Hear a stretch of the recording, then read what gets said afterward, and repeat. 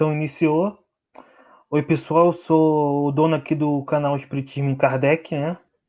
E hoje eu tô aqui com o criador do canal Mesa Girante. Por favor, se apresente.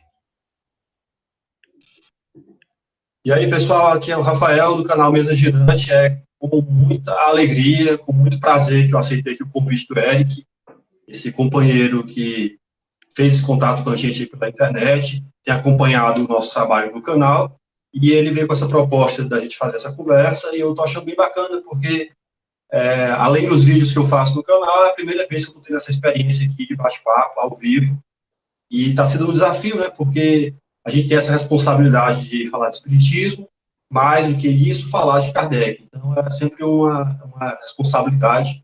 Mas é isso, é uma alegria poder estar aqui nesse momento conversando sobre isso que para a gente é tão importante. Exatamente, né? E para começar, eu queria fazer. Nosso tema hoje vai ser sobre a romantização de Kardec, né? Inclusive, eu vou deixar depois na descrição e nos comentários o link do canal do Rafael, canal Mesa Girante, né? Mas, então, o tema é a romantização de Kardec. A primeira pergunta que eu queria fazer é o que é essa romantização de Kardec, né? O Rafael tem vídeos no canal dele tratando sobre esse assunto, né? Então, o que é isso? Como podemos definir? A ideia da romantização passa muito até pela maneira como o espiritismo é desenvolvido no Brasil, com pouco estudo, com pouca reflexão e quase sempre com abordagem através das palestras, que é o que mais difunde, né, o espiritismo. Se nós formos pensar o espiritismo enquanto conteúdo de pensamento, enquanto ideia, o que há, além dos livros, que também tem a sua contribuição, há muita questão das palestras que sempre abordam, fazem uma abordagem mais voltada, mais puxando para o emocional. Então, as palestras contribuem muito nesse sentido, de fazer uma descrição histórica, mas com um viés assim mais quase uma epopeia, uma descrição que puxa muito até pelo lado religioso da coisa, sempre com aquela ideia de destinação, sempre com aquela ideia de redenção ou de transformação do mundo. Então, essas abordagens feitas em palestra, extrapolando esse lado da emoção, acabam meio que criando uma narrativa histórica que descola um pouco ou mascara um pouco certos detalhes aí, principalmente no que diz respeito à figura de Allan Kardec, que quase sempre é retratado como o missionário, como aquele que trouxe a terceira revelação. Então cria-se aquela aura, como eu já até falei lá nos meus vídeos, cria-se uma aura do missionário, daquele que vai trazer a terceira revelação, que vai cumprir as promessas de Jesus. E aí, como eu já coloquei também em outro vídeo, aquela ideia de que o Espírito de verdade é Jesus. Então, cria-se uma aura dentro dessa ideia de providência, da providência divina, que muitas vezes a personalidade de Allan Kardec ela fica ali um tanto quanto, não vou dizer apagada, mas ela acaba sofrendo um pouco dessa romantização nesse sentido, dessa descrição quase de uma epopeia da missão, do trabalho, das dificuldades.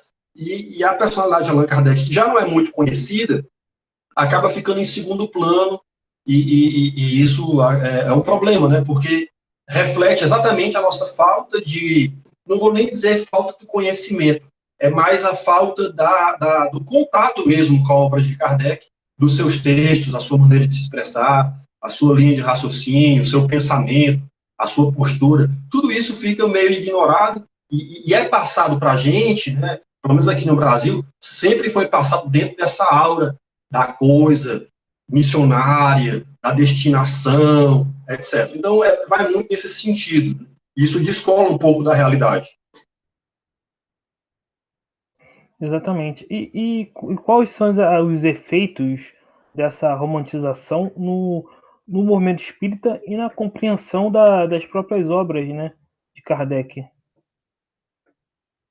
O problema que eu vejo é porque quando Allan Kardec ele é mencionado, é sempre como uma referência, mas é uma referência simbólica. Fala-se da importância de Allan Kardec, mostra-se esse papel que ele cumpriu, mas isso fica apenas no discurso. Na prática, os espíritos, de uma maneira geral, a formação dos espíritos no Brasil não é uma formação que baseia-se na sua obra.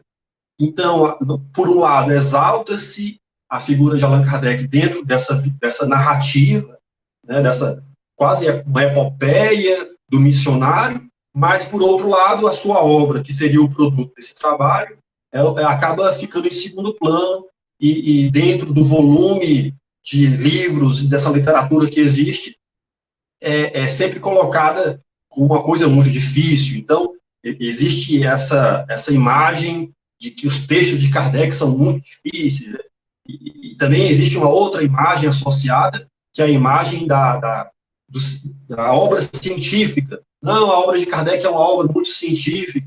E aí, quais são os problemas que a gente tem aí? Nós temos um conhecimento, um contato superficial com essa obra. Né? Se a gente pegar aí os leitores de O Livro dos Espíritos, é uma categoria muito pequena a quantidade de pessoas que sequer lê o Livro dos Espíritos inteiro.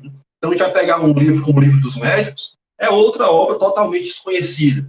Então, nós temos aí uma popularização do Livro dos Espíritos, mas essa popularização ainda deixa todo mundo na superficialidade da coisa. A gente também tem a popularização do Evangelho segundo o Espiritismo, mas também a coisa fica meio ali na superfície e sempre trabalhada, sempre levada pelo lado religioso. E eu acredito que essa cultura que inexiste, que é a cultura desenvolvida por Allan Kardec, ela leva a esse prejuízo, que é o pouco contato, que é o pouco estudo, que é a pouca reflexão. Nós ficamos na superfície. Nós não conhecemos Allan Kardec, nós não tivemos contato, devido contato com a sua obra, e nós ficamos apenas na superfície. Nós o admiramos, nós o exaltamos, demos esse nome a ele, codificador, mas a coisa fica por aí, a coisa não vai além. Então, qual é o nosso problema? É esse, cria-se essa imagem, esse mito, quase um mito, né, epopeia, coisa romantizada, missionário, etc., terceira revelação. Tudo bem. Mas quando a gente vai traduzir isso em estudo, não existe. É uma coisa que fica apenas nessa narrativa. Na hora de sentar, estudar, ler e refletir, aí todo mundo prefere outras coisas. De tal modo que, a partir do momento que a gente faz esse estudo, que a gente faz essa reflexão, e vai ver a obra de Allan Kardec como ele nos deixou, nós vamos encontrar nessa obra coisas, afirmações, ensinamentos, resultados das suas experiências, seus ensinos diretos, frutos do seu trabalho, que acabam entrando em contradição com certas práticas que a gente vê aqui no Brasil. Então, nós temos uma exaltação de Kardec dentro dessa narrativa da revelação, da terceira revelação, dessa ideia do missionário protegido por Jesus, inspirado por Jesus, pelo Espírito de verdade, etc. e tal. Mas na hora de nós traduzirmos toda a importância do seu trabalho, fazendo a nossa parte, que é estudar e implementar o que ele nos deixou, aí nós temos um abismo. Há um abismo justamente entre essa narrativa romântica, em grande parte, como eu falei na sua primeira pergunta, devido a essa exploração das palestras, que quase sempre tem uma abordagem puxando pelo emocional, e a partir daí gera-se esse distanciamento, porque parece que as pessoas veem Kardec assim como um símbolo, mas não são incapazes de traduzir isso para o espiritismo na prática. Então, das coisas que a gente vive hoje em dia, né? Passa muito por isso aí. Pelo menos essa é a minha percepção. Eu não sei por que está assistindo se também pensam assim, se eles têm essa impressão, ou se é a sua impressão também, né? Sim, sim, também tem essa mesma impressão e realmente a gente tem uma defasagem incrível, né, do estudo das obras de Allan Kardec, né? No movimento espírita brasileiro a gente tem essa ideia de Pentateuco, né? As 5 obras E enquanto Kardec lançou muito mais obras que são esquecidas, né? A própria Revista Espírita tem o que é o Espiritismo, né? Tem o Catálogo Racional também, tem outras obras e tem o Viagem Espírita. Então, são diversas obras que auxiliam na própria compreensão dessas 5 obras mais conhecidas e devem ser estudadas também e que não são, né? E eu acho que Sim, sim. essa falta de estudo dessas outras obras e a falta de compreensão mesmo dessas 5, elas fortalecem essa romantização de Kardec, né? Porque Kardec, em vários trechos, ele vai falar também do aspecto afetivo, né, envolvendo o espiritismo. Eu até separei um trecho aqui para citar depois, né, que fala disso. A gente meio que adapta, faz o espiritismo à la carte. A gente pega de Kardec somente esse símbolo que foi criado, do codificador. E pronto, Kardec é só o codificador. E as pessoas demonstram muita gratidão, mas não conseguem traduzir essa gratidão no estudo dessa obra. Então, vejam como nós entramos em contradição. Por um lado, nós o exaltamos como grande codificador. Aliás, muitos espíritos fazem isso, espíritos que escrevem aqui no Brasil, exaltam Kardec por um lado, mas na hora de estudá-lo e aplicá-lo, Kardec acaba se tornando apenas uma referência histórica do passado. De maneira que se diz assim, não, mas isso aí é coisa de Kardec, isso aí é coisa lá da época dele. Como se a obra tivesse se perdido no tempo. Então, esses são alguns dos problemas que a gente tem no espiritismo que é praticado aqui no Brasil. E eu sempre me refiro ao espiritismo praticado aqui no Brasil em comparação ao espiritismo que era praticado na França. Faz parte dessa romantização, dessa ideia do missionário, do codificador, por exemplo, essa imagem de que só essas coisas que a gente encontra na Revista Espírita, ou, por exemplo, um livro, você estava citando aí os livros que são mais conhecidos, O Céu e o Inferno, por exemplo, que é uma obra riquíssima, principalmente a parte dos exemplos, né, que são todos os diálogos que ele trava lá com espíritos de todas as categorias, as ordens da escala espírita. Aí, o que é que a gente encontra? A pessoa diz assim, não, mas isso daí era só Kardec. Faz parte desse mito criado, né, dessa figura, dessa narrativa, a ideia de que certas práticas que Kardec ensina era algo que só ele fazia. Por quê? Porque ele era um missionário, porque ele tinha a proteção dos espíritos de verdade, era algo necessário para o estabelecimento da doutrina espírita. Bom, mas o que Allan Kardec fez e ensina a fazer, ele ensinou a fazer ao seu tempo e para a posteridade. Então, faz parte dessa narrativa a ideia de que o que Kardec ensina, e aqui há sempre a questão da escolha, né? À la carte. Algumas práticas de Kardec se diz assim, não, isso aqui era só o Kardec que fazia porque era algo relativo ao desenvolvimento do espiritismo. Aí a gente faz essa escolha, o que é mais conveniente, o que é mais interessante. Não, isso daqui pertence àquela época, era outra sociedade. Pronto, aí isso daqui a gente deixa lá no passado, porque faz parte da missão de Kardec, só ele podia fazer. Não é verdade. Por isso que eu faço esse paralelo entre o espiritismo no Brasil, como ele foi desenvolvido, e aí nós encontramos muito material de leitura a respeito de como o espiritismo progrediu aqui no Brasil. É muito interessante a gente ver como o pensamento de Kardec ele foi recepcionado pelos pensadores aqui no Brasil e como esse pensamento de Kardec ele foi sendo adequado à cultura religiosa que existia aqui. Isso é muito interessante. Pois muito bem. Então, o espiritismo no Brasil se desenvolveu de uma maneira que, se a gente for confrontar com o espiritismo que era praticado no mundo ao tempo de Kardec, a gente vai encontrar uma diferença brutal. Porque não era só o Kardec que fazia, né? Faz parte dessa narrativa romantizada, que só o Kardec fazia. Não, não é. O que a gente vai encontrar na sua obra como ensinamento era o que ele ensinava para o movimento espírita da sua época, no mundo inteiro, na França e em todos os países que ele tinha contato. Então, o movimento espírita praticava aquilo que Allan Kardec ensinava, ou seja, fazia o que Allan Kardec fazia. Tira essa ideia de que ele só fazia porque ele era um missionário especial. De maneira que o que ele fazia e ensinava, qualquer um podia fazer a partir do momento que seguisse a orientação de Kardec, ou seja, a melhor prática possível ao lidar com os espíritos, ao estudar o espiritismo.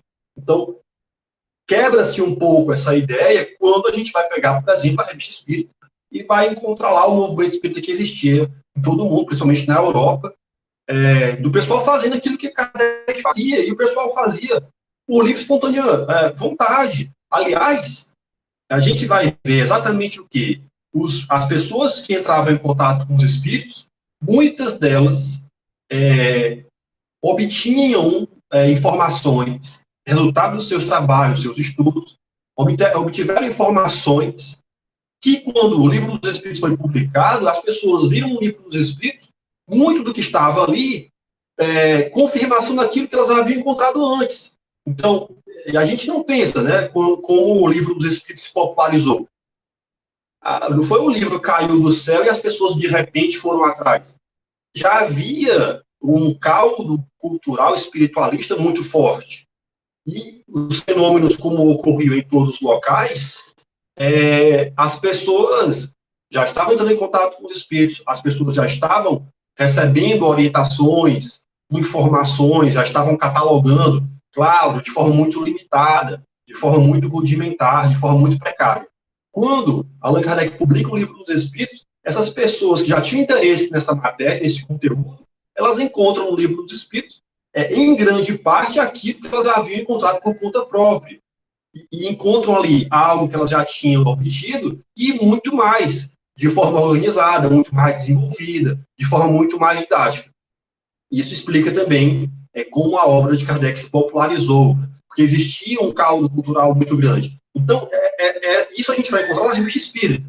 E isso vai de encontro a essa ideia de que as coisas que Kardec fazia, só ele fazia, porque era um missionário, porque é a terceira revelação, e o espírito de verdade, blá, blá, blá. Então, essa narrativa que existe, ela cai por terra a partir do momento que a gente vai ver a Revista Espírita e vai ler o seu conteúdo.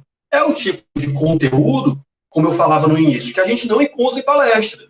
As palestras, elas passam nesse período de um modo muito superficial. Mesmo os estudos que são feitos nos grupos, né, da forma que é organizado hoje, passa por esse período de uma forma muito superficial, né? Faz aquele, Irmã Fox, mesas girantes, Kardec, a missão, Livro dos Espíritos e bola para frente. Não mostra, não se aprofunda nessas estruturas sociais e culturais que existiam, que foram fundamentais. Aliás, vale dizer aqui, vale ressaltar, em grande parte por causa do magnetismo, que era a grande, digamos assim, foi a grande janela pela qual o espiritismo ele conseguiu se enraizar, porque muitos dos espíritas eram magnetizadores, da linha dos magnetizadores que eram espiritualistas. Então, existia esse caldo cultural que permitiu com que o espiritismo ele fosse se popularizando. Existia esse interesse anterior.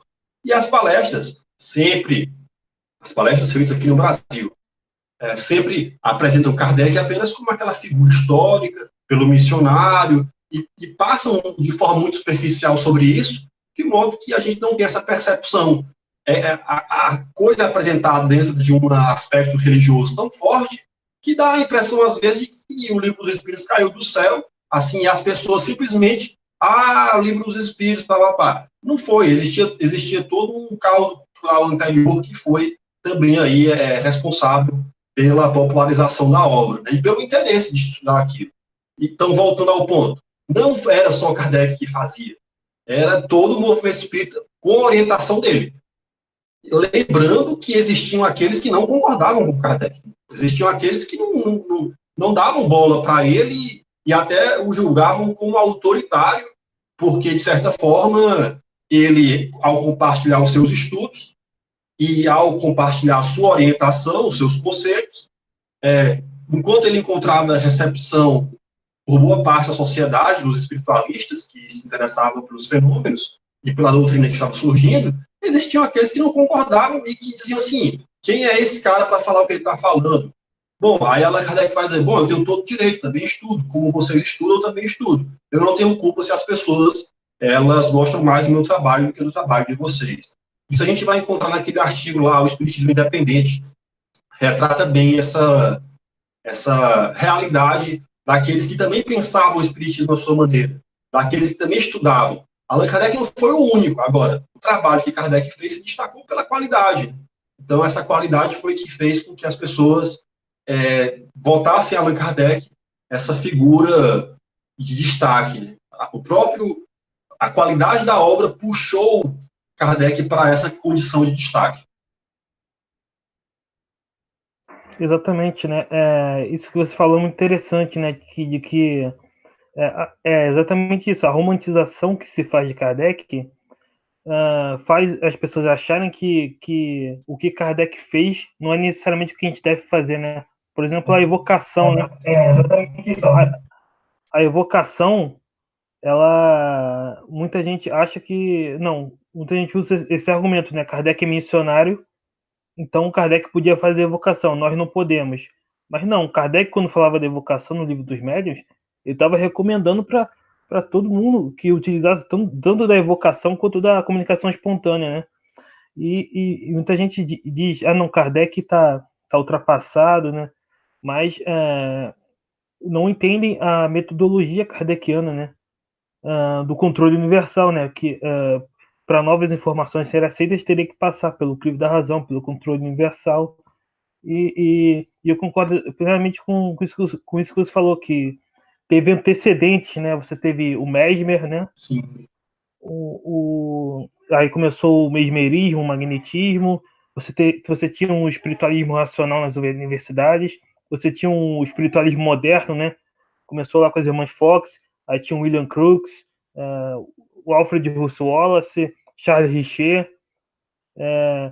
E muita gente realmente discordava de Kardec, né? Você pega os próprios rustenistas, eles diziam que Kardec era autoritário, né? Porque Kardec supostamente queria ditar o que era o que não era espiritismo impondo isso, mas não. Ele, as obras de Kardec eram aceitas porque eram racionais, né? Exato.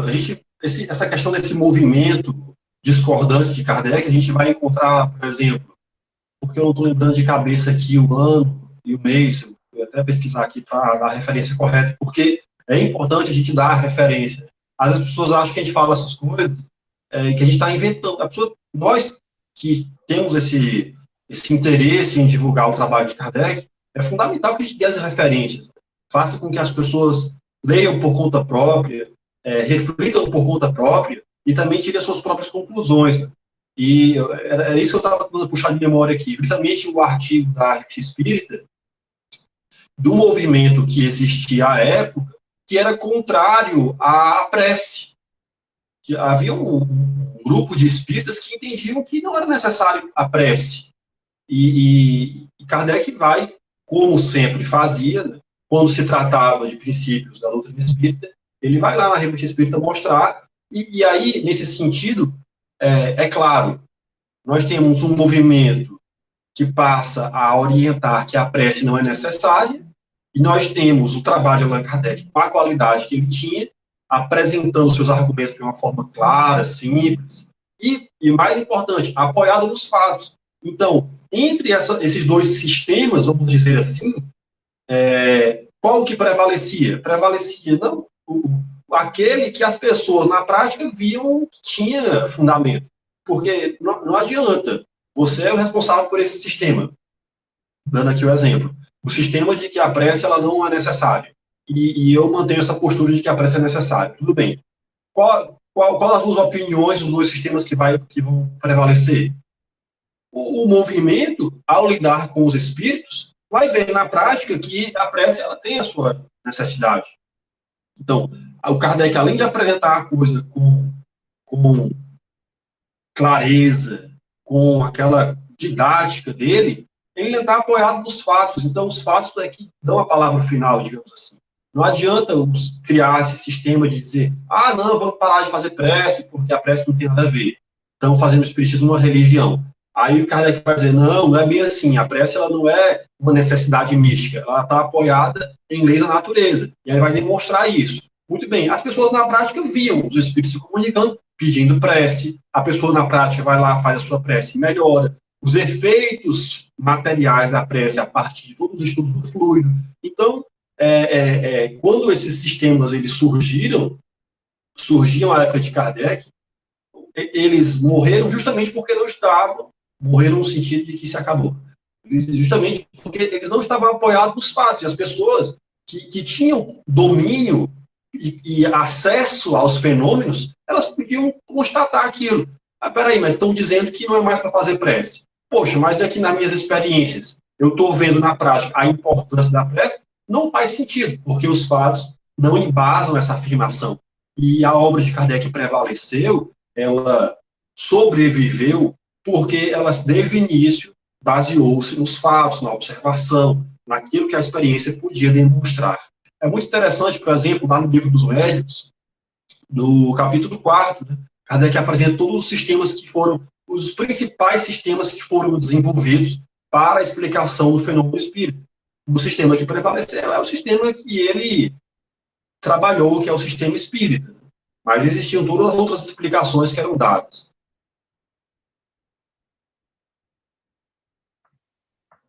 Exatamente. É exatamente o que você falou. Esse capítulo do sistema é muito interessante, né? Ele fala disso no Livro dos Médiuns, ele fala disso na introdução do Livro dos Espíritos, né? Que haviam outros sistemas. Havia o sistema que dizia que os fenômenos espíritas eram fruto de um efeito material, do magnetismo, né? Aí Kardec vai dizer, não, do axioma, né? Todo efeito inteligente tem uma causa inteligente, né? Aí diziam que poderia vir dos médiums ou das pessoas que estavam presentes na reunião, né? É o sistema do reflexo, né? Isso. Aí Kardec vai dizer não, porque às vezes nem sempre o médium fala coisas que às vezes ninguém ali sabe, né? Que E estão além da tentavam, capacidade. sim, aí tentavam várias desculpas. Tem até um sistema que fala que a mente do médium vai em outros planetas, né? E aí Kardec fala, não, a resposta mais simples e mais lógica é a que foi dada pelo próprio fenômeno, é os espíritos, né? Exato, exato. O próprio Exatamente. fenômeno veio e falou, nós somos os espíritos. E é isso, essa questão da prece, eu ainda encontro às vezes pessoas que acham que a prece ela não é necessária, né? Mas a prece uh, ela faz parte da própria ciência espírita, né? Do estudo dos fluidos. É uma coisa que faz parte da ciência espírita e também é uma questão que a gente deve exercer, né?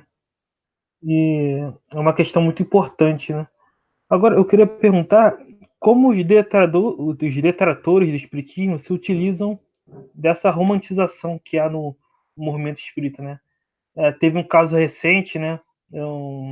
De um ex-espírita, vamos dizer assim, né? Que fez uma série de vídeos inclusive, um dos vídeos que ele fez foi exatamente sobre Kardec ter sido missionário, né? Ele criticou isso, né? Se baseando nessa romantização. O que a gente pode falar sobre isso? Esse é o problema, né? Porque cria-se essa narrativa que ela mascara a realidade, como esses detalhes que a gente estava comentando, né? Por exemplo, isso, já vê essa disputa, mas essa postura de Kardec sempre em apresentar o argumento, em se colocar como no direito de apresentar o seu trabalho, de não se impor, e esses outros movimentos que existiam também discordantes. Quando tudo isso é mascarado, como você estava falando, por exemplo, as práticas de Kardec, que as pessoas dizem que só Kardec fazia, como a evocação. Ah, não, a evocação só Kardec. Por quê? Porque ele era um missionário, o espírito de verdade, blá, blá, blá. Cria-se essa narrativa que mascara esses detalhes importantíssimos do movimento espírita no seu nascedouro, e essa narrativa ela é falha, né? Justamente porque ela mascara a realidade e adapta a essa construção quase que religiosa, apresentando Kardec muitas vezes assim como não se diz, mas dá essa aura quase que de um sacerdote ou de um profeta.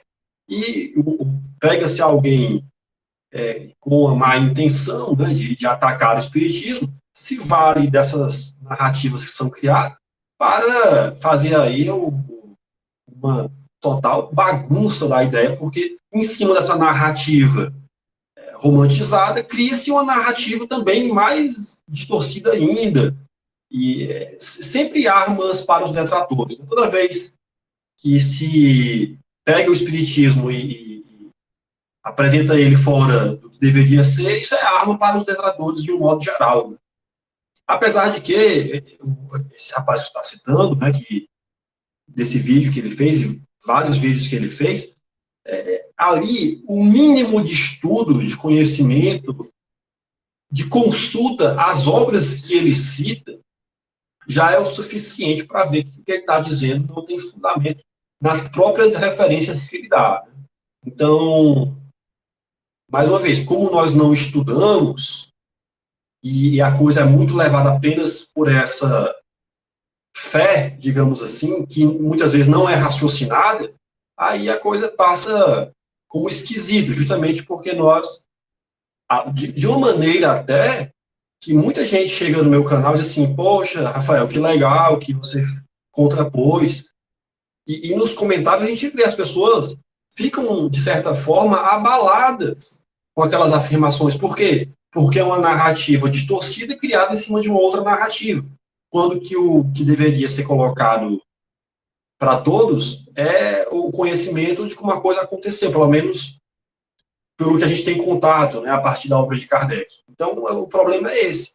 Acaba muitas vezes abalando aí essa convicção que muitas vezes é baseada só nessa crença, ou baseada apenas nessa narrativa que a pessoa se formou aqui no Brasil, como espírita, se formou em cima disso. Então, quando ela se depara com um conteúdo que mostra as falhas dessa narrativa, aí a pessoa fica totalmente desorientada, porque, poxa, mas sempre me disseram outra coisa, e agora tem esse cara falando o contrário, a pessoa fica perdida. Por quê? Porque ela não criou, durante a sua formação como espírita, um conteúdo tal que ela pudesse, com tranquilidade, examinar, saber, ponderar. Então, ou ela se abala e fica um pouco desequilibrada em torno desse conteúdo que está sendo confrontado, ou então ela nega.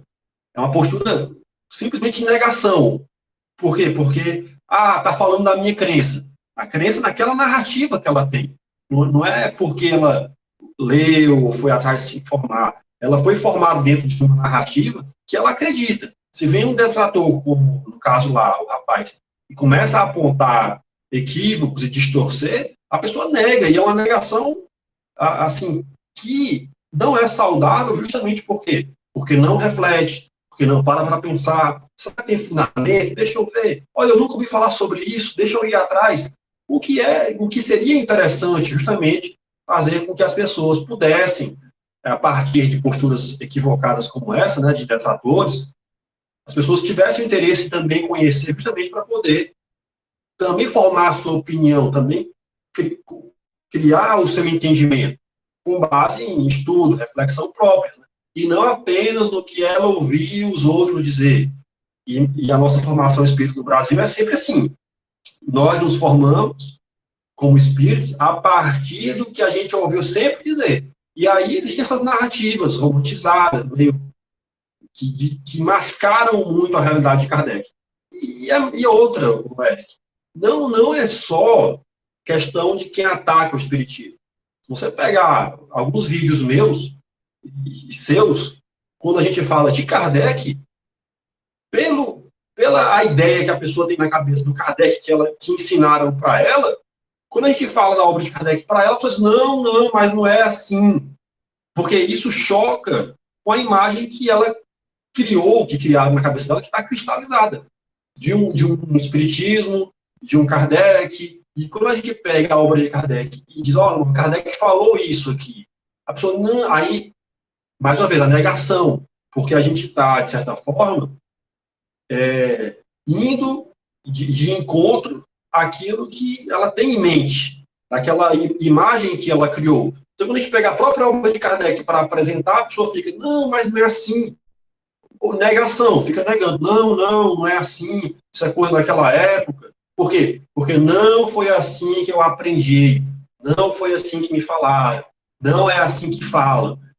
Pois muito bem, nós nos formamos, em nossa imensa maioria, a partir do que os outros dizem. Nós não temos aquela iniciativa saudável que o Espiritismo exige de nós, que é de conhecer, de ler, de perguntar, tirar dúvida, confrontar a informação, que é uma postura que um conteúdo como o Espiritismo exige de nós. O Espiritismo requer da nossa parte reflexão, não é uma crença cega, que a gente vai ouvindo e vai aceitando, ouvindo e vai aceitando. Exige de nós um mínimo de discernimento para apreciar as coisas e digerir as coisas. Então, a própria obra de Kardec, como ela é desconhecida, muitas vezes, quando ela é apresentada, ela vai de encontro a essa figura que é criada. Não só em torno de Kardec, como em torno do Espiritismo como um todo. Você estava falando antes, no início, sobre as 5 obras do Pentateuco. Isso faz parte dessa narrativa religiosa, romantizada, do Pentateuco. Só que a gente tem obras fundamentais, como a Revista Espírita, o próprio que é o Espiritismo, como você citou, o Catálogo Racional, a Viagem Espírita, 1862, enfim, um conteúdo vastíssimo que é ignorado, porque ele não entrou nessa narrativa, nessa construção na formação espírita do Brasil ao longo da história do espiritismo aqui. Isso ficou para trás. Talvez seja, em grande parte, a explicação do porquê as coisas são assim hoje em dia. Essa ignorância. A gente não fez parte da nossa formação o contato com essas obras. Elas sempre ficaram em segundo plano. Se por acaso a gente menciona, não, mas daí naquela época, aí a gente vai criando uma série de justificativas, porque não era bem assim, e aí o espírito tal disse outra coisa, e aí existe toda esse, em contrapartida, existe toda essa outra cultura das comunicações, dos espíritos aqui no Brasil, que também acabam muitas vezes prejudicando o conhecimento da obra de Kardec, justamente pela popularização de mensagens e livros de toda essa literatura a partir dos médiuns aqui no Brasil. Exatamente. Isso que você falou de que, né, às vezes a pessoa ela tem essa visão romantizada de Kardec, e quando a gente fala de Kardec, tal como ele está nas obras e nos fatos históricos, a pessoa ela não aceita, né? Eu tive muito essa impressão quando eu fiz o filme sobre Allan Kardec, né? Eu recebi muita mensagem de espíritas falando assim, não, você não pode falar dos pontos ruins, você só tem que falar dos pontos bons do filme. Ou, ou as pessoas negativaram meu vídeo assim, 1 minuto depois de eu lançar. Já tinha negativo. Então e é muito uma visão de que você não pode fazer críticas, né? Até o Kardec falou no que é o espiritismo, né? Que a palavra crítica ela tomou um sentido pejorativo hoje em dia, mas que no sentido etimológico da palavra crítica, ela não tinha esse sentido negativo. Crítica é você apresentar os pontos bons e ruins, né? E fazer uma avaliação completa de algo, né? E aproveitando isso, eu queria perguntar quais os efeitos da romantização de Kardec no filme de Kardec e também os pontos bons e ruins do filme, né? Você acha que a personalidade de Kardec apresentada no filme ficou fidedigno aos fatos, né? Pois é, quando eu ouvi falar do filme, e eu até li um texto da Dora Encontre criticando, ela falando, justamente fazendo uma crítica, fazendo uma análise, ela exaltando no filme essa qualidade que seria mostrar o Kardec mais humano, né? Aí tudo bem, quando eu li isso, eu disse, bom, bacana, se for por aí, beleza. Até porque, dentro dessa narrativa que existe de quem foi Allan Kardec, existe um lado da sua personalidade que que quase não se fala. Em palestras, assim, se a gente for contar aqui, você não vê em palestra. Por exemplo, quanto Kardec era caridoso. Isso, a imagem que se criou de Kardec é aquela imagem carrancuda, do homem circunspecto. As capas de livro mostram isso, os desenhos de época, porque é uma questão de época, né? As ilustrações todas tinham aquele aspecto, e essa ideia do Kardec como o bom senso encarnado. Aí, qual é a imagem que se tem? Aquele homem fechado, carrancudo, não sei o quê. Sendo que ele era caridoso. Veja bem, não se associa a prática da caridade a Kardec. Você, ao longo da sua trajetória aqui nessa encarnação no Brasil, como espírito, você já ouviu isso? Que Kardec era caridoso? Você, Eric, me diga aí. Você já ouviu isso? Kardec fazia caridade? Não, nos centros não, eu não vejo falando isso. Não, ninguém apresenta isso pra gente. Assim, é claro que o Kardec ele não se colocou na obra espírita, ele não deu destaque a si mesmo. Tanto que a ideia do pseudônimo é justamente para que a personalidade dele não fosse associada e tudo. É claro que ele não se dá destaque, mas é algo que a gente vai encontrar.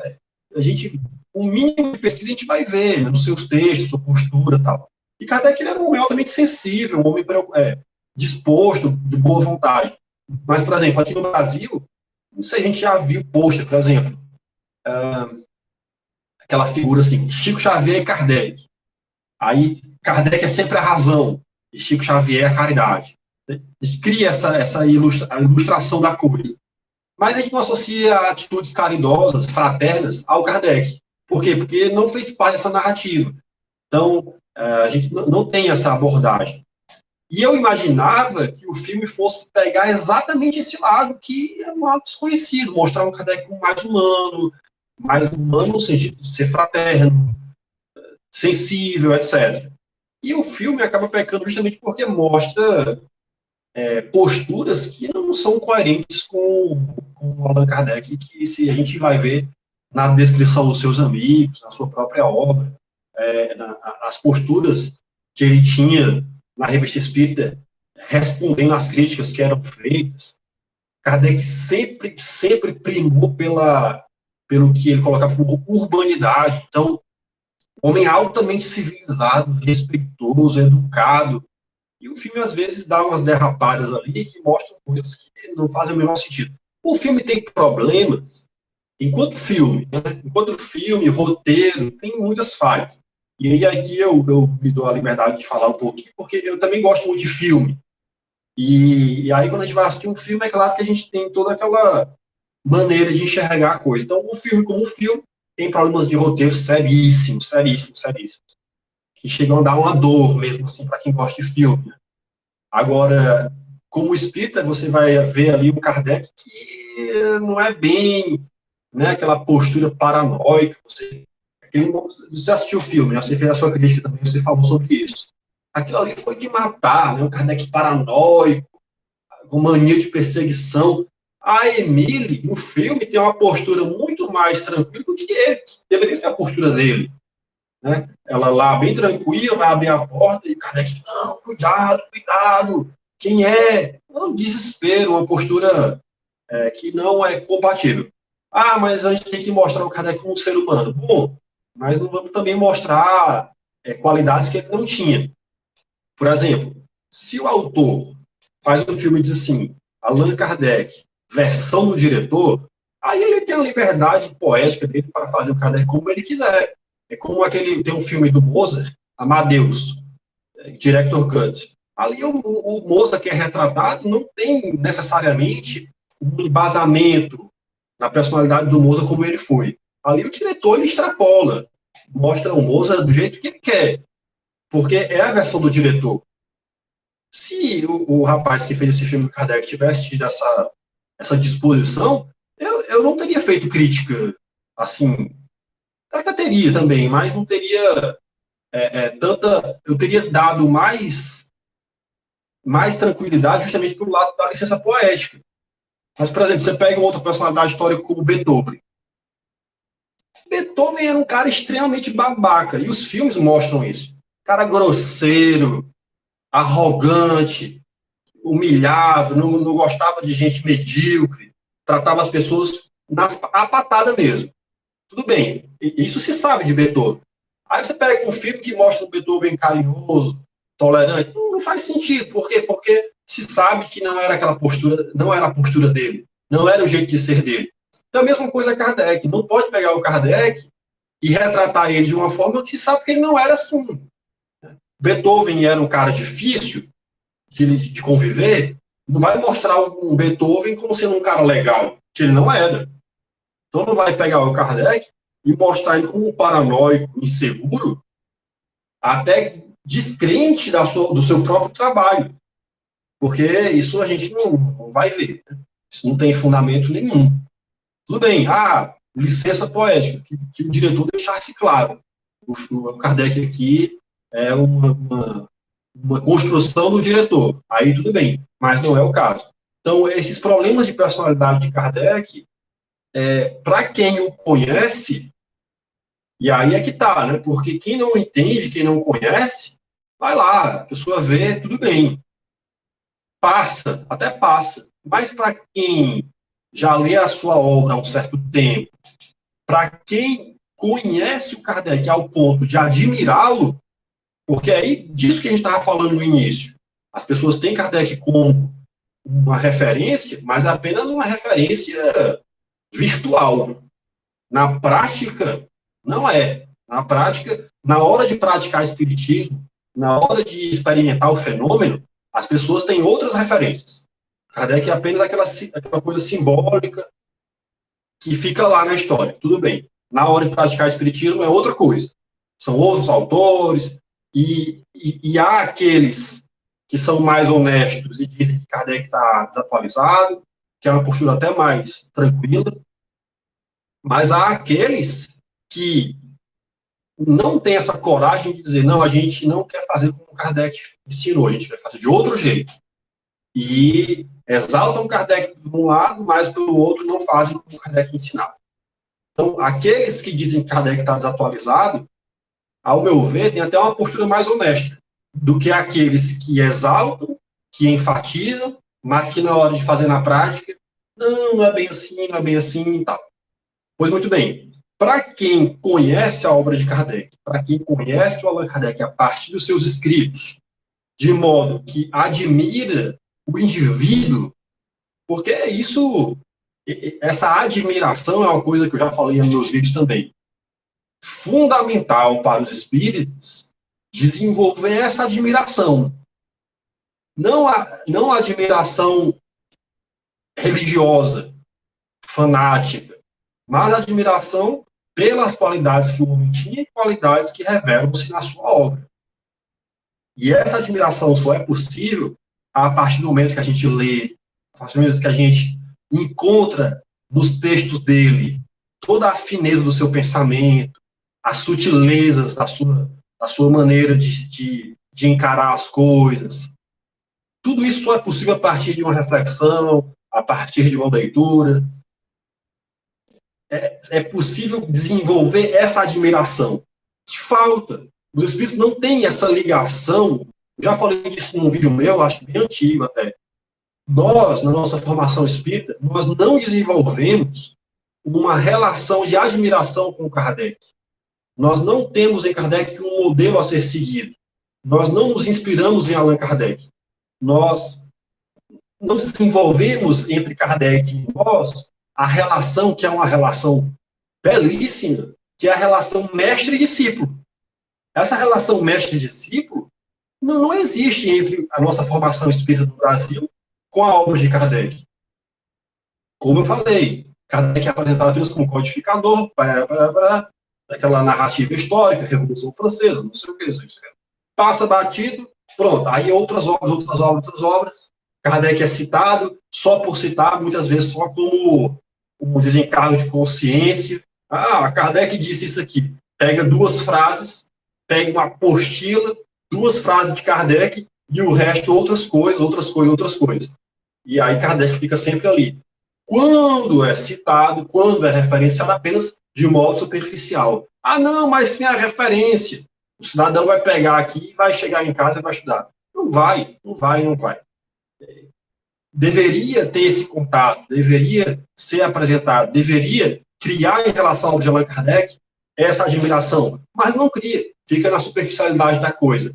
Então, não existe entre nós, espíritas, a nossa formação espírita no Brasil não desenvolve em nós essa relação afetuosa de admiração pelo Kardec, pelo trabalho que ele desenvolveu, pelas qualidades que ele tinha enquanto homem, enquanto indivíduo, qualidades essas que estão retratadas na sua obra, estão ali, lendo a Revista Espírita, lendo as cartas de Kardec, as respostas que ele dava, a gente vai entrar em contato com sutilezas desse indivíduo que são admiráveis. Né? Isso é possível a partir da leitura, a partir da reflexão. Então, nos falta isso. Nos falta essa relação carinhosa até, que existe entre o discípulo e o mestre. Então, Kardec é ignorado. Tem até alguns vídeos meus que no início eu colocava Kardec ignorado. Tal. Lá no blog, tem até uma categoria lá, Kardec ignorado, de textos que eu escrevi sobre algum desses aspectos. Kardec ignorado. Pois muito bem. Quando o filme apresenta o Kardec daquele jeito, como as pessoas não têm relação mesmo com Kardec, eu duvido muito que a partir do filme a pessoa vá atrás de saber se foi assim mesmo, tal. Então, eu particularmente, quando me deparei com o filme, e nas palestras que eu eventualmente tenho a oportunidade de fazer, sempre que tiver que falar de Kardec, eu vou dizer, diferente do que o filme mostra, Kardec não era assim. Com uma obrigação minha, porque eu sei que as pessoas que entraram em contato com esse filme vão ficar só nisso, não vão passar disso.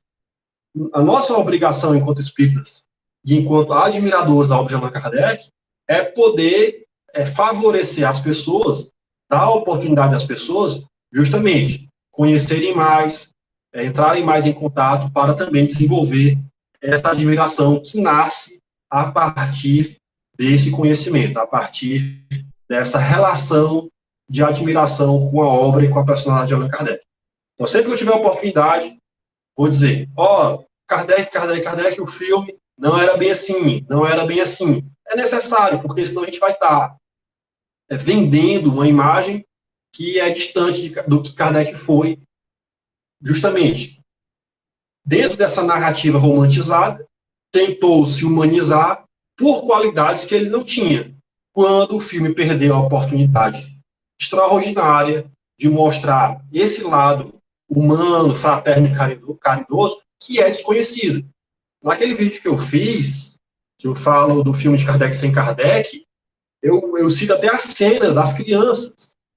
Quando eles vão lá servir alimento, a Amélie parece muito mais humana, fraterna, demonstrando um sentimento ao assistir aquelas crianças, pessoas moradoras de rua, e o Kardec está lá segurando o cesto. A cara do ator, né, dá a impressão de que o Kardec está ali meio que obrigação. Tipo, não corresponde, não corresponde. Isso pega muito mal. Se, na nossa formação, enquanto espíritos no Brasil, nós não fomos apresentados a um Kardec fraterno, humano, sensível e caridoso, o filme não colabora nesse sentido. Perdeu a oportunidade de justamente nos apresentar esse lado de Kardec, que é desconhecido pela imensa maioria dos espíritos. Sim, exatamente. Eu também tenho o mesmo pensamento, né? Muita gente me falou assim, mas você está querendo divinizar Kardec porque eu critiquei o Kardec paranoico no filme. Não, você não pode atribuir a uma pessoa características que ele não tem, né? Exatamente, se você queria mostrar o lado de Kardec, mostre o lado humano, né?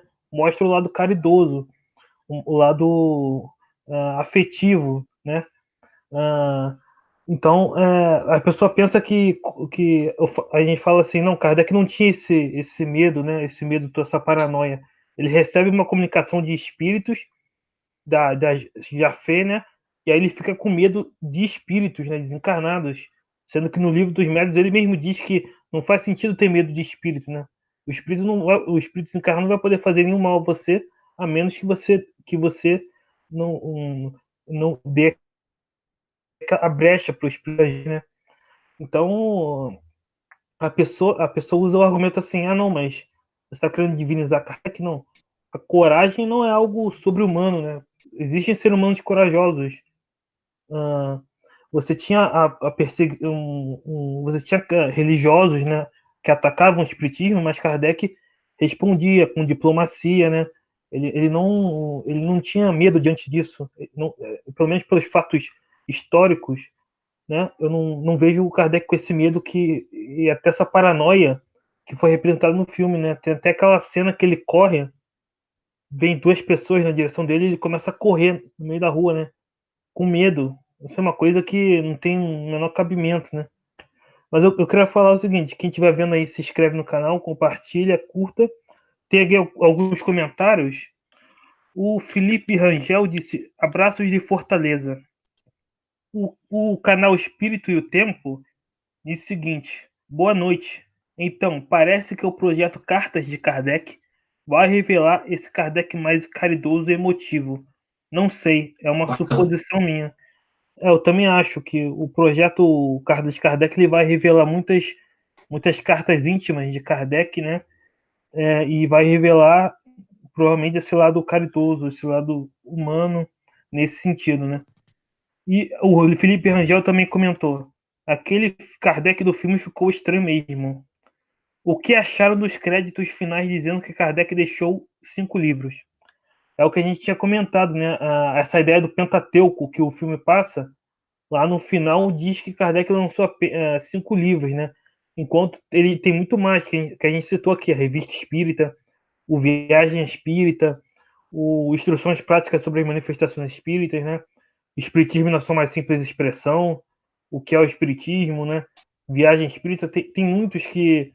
E aí o filme cita apenas as 5, reforçando essa ideia errônea do Pentateuco. Mas, Rafael, o que você acha dos comentários aqui, do Espírito e Tempo e do Felipe Rangel?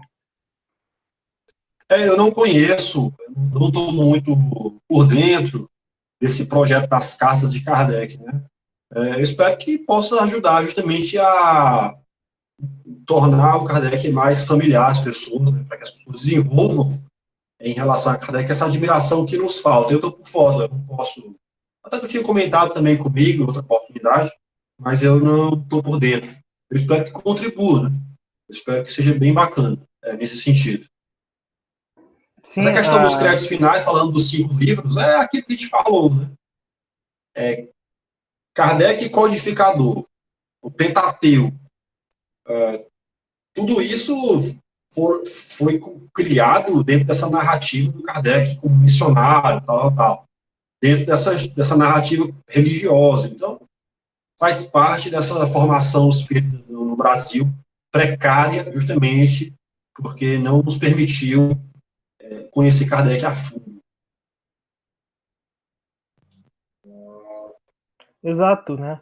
Essa questão das cartas de Kardec são as cartas do Canuto Abreu, né? Que o Canuto teria pegado certas cartas ali em contato com, se não me engano, em contato com a família Lemarri, né? E essas cartas ficaram muito tempo fechadas, né? Trancadas lá com a família do Canuto, né? E aí, recentemente, o Paulo Henrique Figueiredo e outros conseguiram cartas e estão lançando aí, né? É muito interessante, realmente, o projeto. Mas então, passando aqui para outra questão,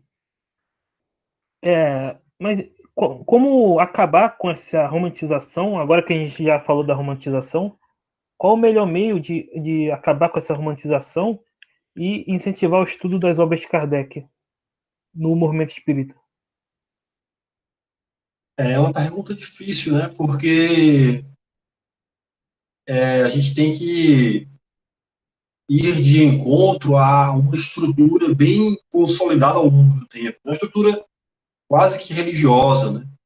de modo que é muito complicado a gente abalar velhas crenças. Quando eu digo velhas crenças, são as crenças que as pessoas desenvolveram em cima das narrativas, em cima do que elas ouviram dizer.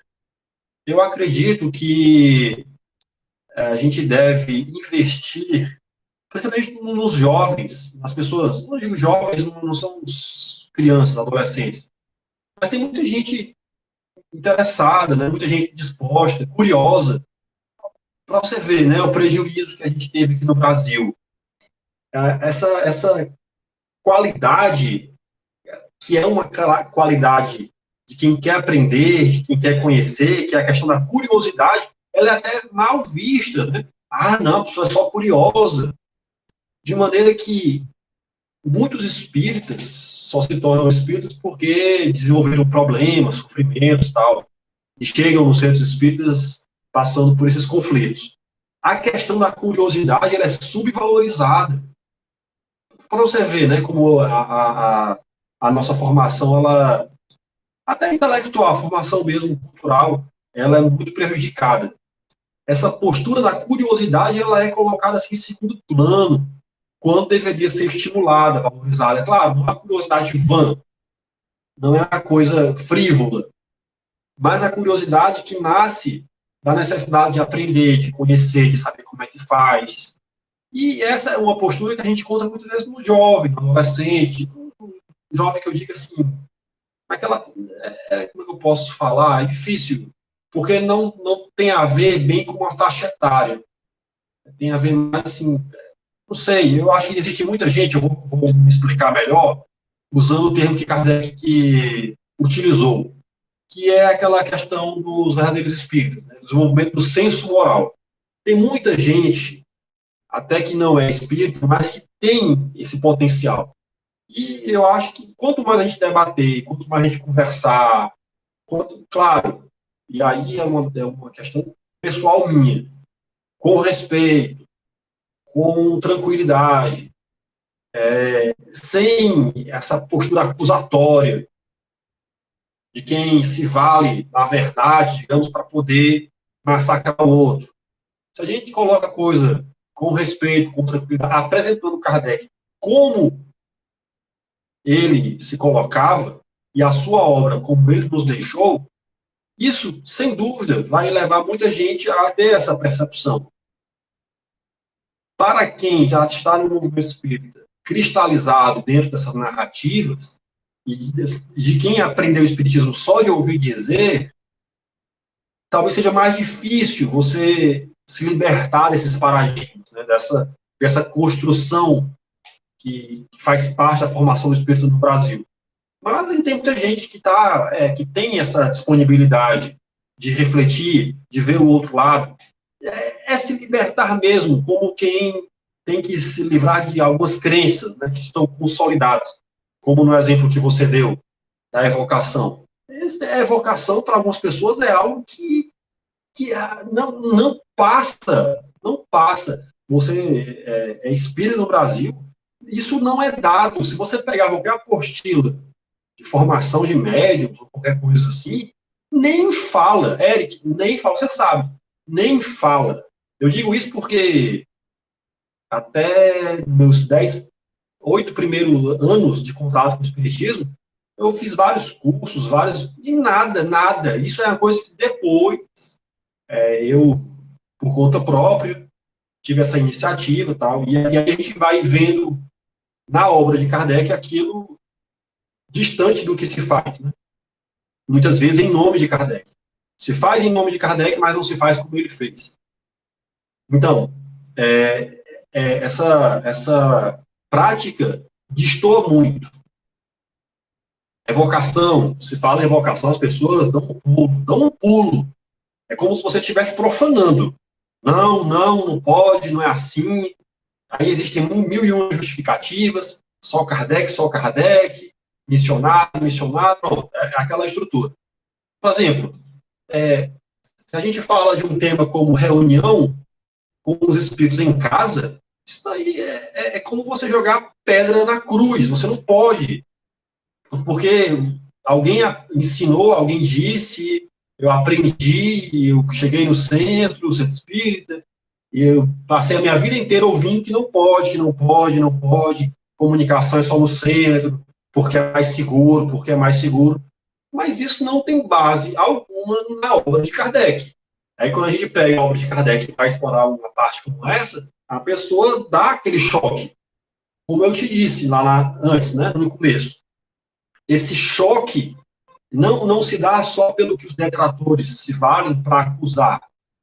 Acontece exatamente quando a gente pega Kardec e apresenta Kardec como ele se apresentava, né, na sua obra, no que ele ensinava. Então, quando a gente faz esse trabalho, há aquelas pessoas que terão ali a disposição de refletir, de pensar, de ponderar. Então, eu acredito que o caminho seja esse. O debate sereno, tranquilo, respeitoso, tolerante, de entender que existe esse processo histórico, e eu acredito que a nossa abordagem não deve ser impositiva, é apenas uma postura realmente de quem tem aquele interesse de conhecer mais Kardec e de apresentar Kardec como ele, de fato, é possível encontrá-lo na sua obra. Então, acho que o caminho é esse. É um caminho difícil. Agora, Eric, eu digo para o pessoal que está assistindo, não deve ser também, da nossa parte, uma ansiedade. Assim, não, nós temos, como eu conversando com outras pessoas, nós temos que resgatar o espiritismo como Kardec ensinou, e a pessoa se vê assim, quase que numa ansiedade de querer chegar no centro espírita e dizer, não é assim que Kardec fez, não é assim que Kardec fez. Eu acho que o caminho não é esse, porque não adianta forçar. As pessoas, elas têm as suas crenças, as pessoas têm a sua formação, faz parte de um processo histórico. Não adianta a gente chegar e jogar o Kardec na cara da pessoa que ela não vai dizer, realmente. É difícil, leva tempo. Então, eu acho que o debate tranquilo, debate sereno, sempre respeitoso, é o melhor caminho. Mas sem essa ansiedade de querer resgatar ou de mostrar que está todo mundo errado. Não é assim. As pessoas têm o seu tempo, passaram por uma formação, é um processo histórico de anos, e não vai ser do dia para a noite que as pessoas vão simplesmente cair essa ficha. Vai levar um tempo, é preciso muita leitura, é preciso muita reflexão, é preciso muito pensamento, né? E a gente sabe que, por outro lado, as pessoas muitas vezes não têm essa disposição. A postura da acomodação ela é mais conveniente, a pessoa fica lá no seu mundinho, tudo bem, ninguém vai chegar e dizer não é assim que faz, não foi assim que Kardec disse. Deixa a pessoa. Agora, a partir do momento que nós temos a oportunidade de nos expressar e nos perguntar, a gente vai e diz. A gente não vai faltar com a nossa, digamos, até uma coerência da nossa parte. Eu digo isso, por exemplo, em palestras. Se a pessoa me pergunta, eu vou dizer, digo e com base em Kardec, está aqui texto tal, texto tal, texto tal. Se a pessoa não gostou, bom, ela perguntou, né? Tá sendo aberto o debate nesse sentido. Claro, sem violar a crença das pessoas, sem chocar, não apresentar Kardec com essa intenção de chocar, de mostrar que as pessoas estão erradas, mas apresentar Kardec pela qualidade da sua obra, entendendo que dessa maneira as pessoas que conhecerem o espiritismo assim, inclusive extrairão do espiritismo mais benefícios da sua prática. Por exemplo, quantas pessoas não têm a oportunidade de conversar com seus parentes, seus amigos falecidos, porque a nossa formação espiritual no Brasil não nos orienta como Allan Kardec nos orientou. Então, as pessoas, muitas vezes, estão privadas desse benefício simplesmente pela ignorância da obra de Kardec. Eu estava vendo lá a tua outra live que tu fez com aquele rapaz que é o pesquisador que está desmascarando os velhos, como é o nome dele? Velho, não sei o que, velho. É o Guilherme Velho e o Jorge Hansen. Pronto. Eu estava assistindo aquela live e é interessante porque as pessoas, elas criaram, e a formação do espírito do Brasil passa por isso daí. Criaram essa dependência dos médicos. dentro dessa estrutura religiosa. Então, as pessoas acham que para receber a comunicação de um parente, de um amigo, elas têm que ir atrás de um médium. O médium A, B, C, médiums, né? Digamos, entre aspas, especiais. Isso faz parte dessa ignorância da nossa formação da obra de Kardec. Muitas vezes, essas famílias que têm esse desejo, dentro de casa, tem um médium com aquela capacidade. Às vezes, a própria pessoa é médium, mas por não conhecer a obra de Kardec, por não ter uma formação sólida, elas não só estão privadas desse benefício, dessa oportunidade, como muitas vezes estão sujeitas e expostas a médiums interesseiros, médiums que até partem para o uso da fraude, né? Ou seja, se valem da má-fé, exploram a credulidade justamente para obter vantagens e benefícios. Então, vejam o prejuízo que as pessoas se encontram em razão dessa ignorância. Então, é toda uma estrutura religiosa que a gente não vai bater de frente, sabe por quê, Eric? Porque não adianta. Não adianta. O Espiritismo não é uma doutrina impositiva, principalmente como Allan Kardec nos ensinou. E a gente vai ver isso no exemplo dele. O exemplo de Kardec sempre propositivo, sempre dando abertura para reflexão, apresentando a ideia, mas nunca impondo. Então, nós, eu estou lhe incluindo, porque eu vejo seus vídeos também, que temos essa admiração por Kardec e sentimos essa necessidade de resgatá-lo, nós não podemos ter uma atitude contrária à atitude que o próprio Kardec tinha ao estudar o Espiritismo e ao apresentar o Espiritismo. Mas eu acho que o caminho é esse, é o debate, é o caminho da discussão, e graças a Deus a internet está aí para facilitar esse acesso, né, a quem tem interesse nesse conteúdo. Sim, eu acho que tem que ser exatamente assim, tem que ser um processo gradual, né?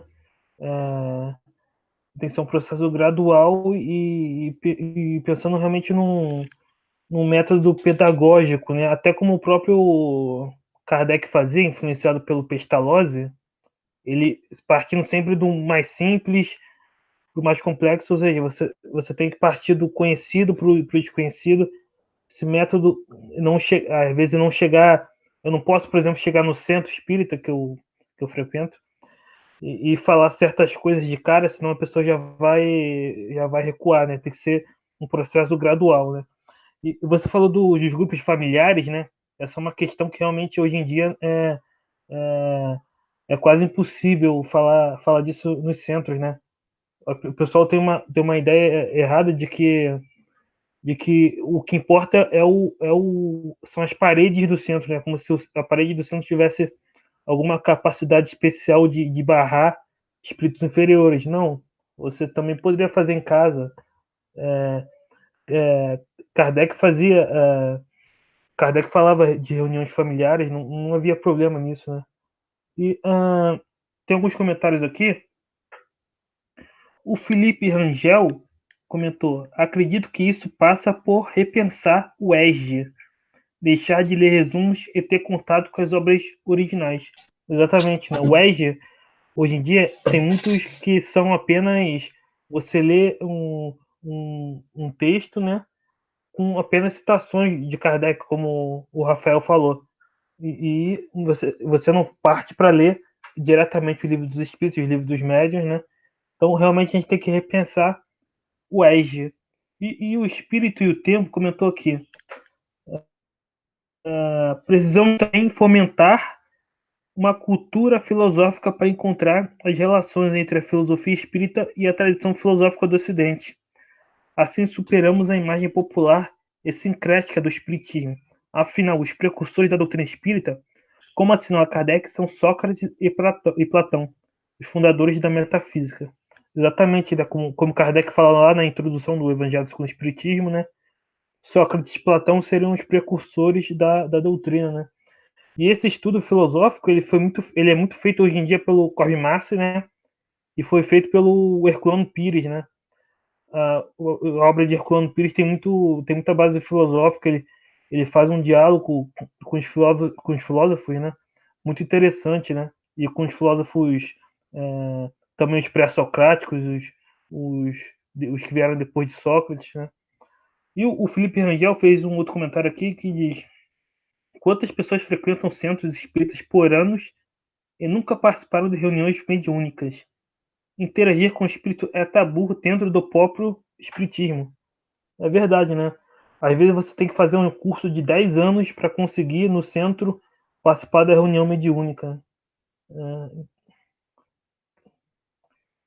O que tem algo a comentar sobre esses comentários aqui? Interessante, né? Como, de certa forma, essa realidade do espiritismo religioso, tal como ele é praticado no Brasil, até coincide bastante com um movimento que existia contemporâneo a Kardec, aqui para comentar outro exemplo daquilo que a gente estava falando no início, né? Assim como a gente falou daqueles que tinham a ideia de que a prece não era algo que devesse estar vinculado ao espiritismo, existia também a turma que entendia que não já chegava, não tinha mais por que haver espíritos, comunicação de espíritos. E Kardec vai lançar o artigo chamado Espiritismo sem os Espíritos, justamente onde ele vai refutar essa proposta de que tá bom, já deu, o que os espíritos estão ensinando aí a gente já tem noção, não precisam mais se comunicar. E aí o Kardec vai justamente mostrar que isso não tem base alguma. O que a gente, de certa forma, vê hoje é justamente uma espécie de desdobramento disso, né? Nós temos apenas uma reflexão moral, evangélica moral. Nós tiramos, muitas vezes, esses espaços de experimentação. Como eu falava, a gente vê a curiosidade, essa disposição para a pesquisa, para a experiência, como algo negativo. E muitas vezes a coisa é apresentada apenas como uma moral, como uma cartilha moral. E muito pior agora, né? Apenas como uma autoajuda, sempre na superficialidade da coisa, sempre de uma forma bem mastigadinha, porque nós subestimamos as pessoas, né? Nós não entendemos que as pessoas, na verdade, têm uma bagagem anterior. São espíritos, cada um dentro da sua trajetória, e se o espírito já possui aquilo que Kardec chamou de desenvolvimento do senso moral, ele tem capacidade de assimilar. Não tem por que fazer a coisa mastigadinha, piegas. A pessoa tem capacidade, independente até da formação intelectual atual dela. Porque se o espírito tem essa disposição que o Kardec chama de desenvolvimento do senso moral, naquele texto do Evangelho segundo o Espiritismo, quando ele vai falar dos bons espíritas. Os bons espíritas, aí ele dá o exemplo lá, mesmo jovens, tal, porque não é uma coisa que tem a ver com a pessoa atualmente, mas com uma disposição do espírito, uma tendência em potencial para assimilar esse conhecimento. Então, nós subestimamos as pessoas. Não, fulano não vai entender, porque a gente trata as pessoas assim como pessoas incapazes, pessoas que não têm. Mas se o indivíduo tivesse esse potencial, que o Kardec chamava de desenvolvimento do senso moral, a pessoa vai pegar, a pessoa vai assimilar, mas nós subestimamos. Não vamos ler aqui o texto, não, porque é muito difícil, e não sei o quê. Nós subestimamos e não apresentamos o Espiritismo como ele deveria ser apresentado. E aí nós vamos adequando, né? Justamente nessa ansiedade mas as pessoas não vão entender, porque não sei o quê, a gente vai tentando aí adequar o espiritismo às conveniências. E é um problema que a gente tem hoje em dia. Sim, sim, exatamente, né? Essa questão da autoajuda, né? É muito evidente hoje em dia, né? Você tem o lançamento de muitos livros, né? Que, que vem se confundindo com o espiritismo, que é apenas autoajuda, né? Às vezes até misturando com certas outras coisas, né? Até misturando com física quântica, coisas do gênero a gente vê hoje em dia. Mas essa questão que você falou de ser mastigado, né? Isso daí é bem verdade, né? Porque a pessoa acha que exatamente por isso que fizeram o Edge, né? Do jeito que a gente conhece hoje, porque a pessoa acha que não, se a pessoa ler diretamente Kardec, a pessoa não vai entender.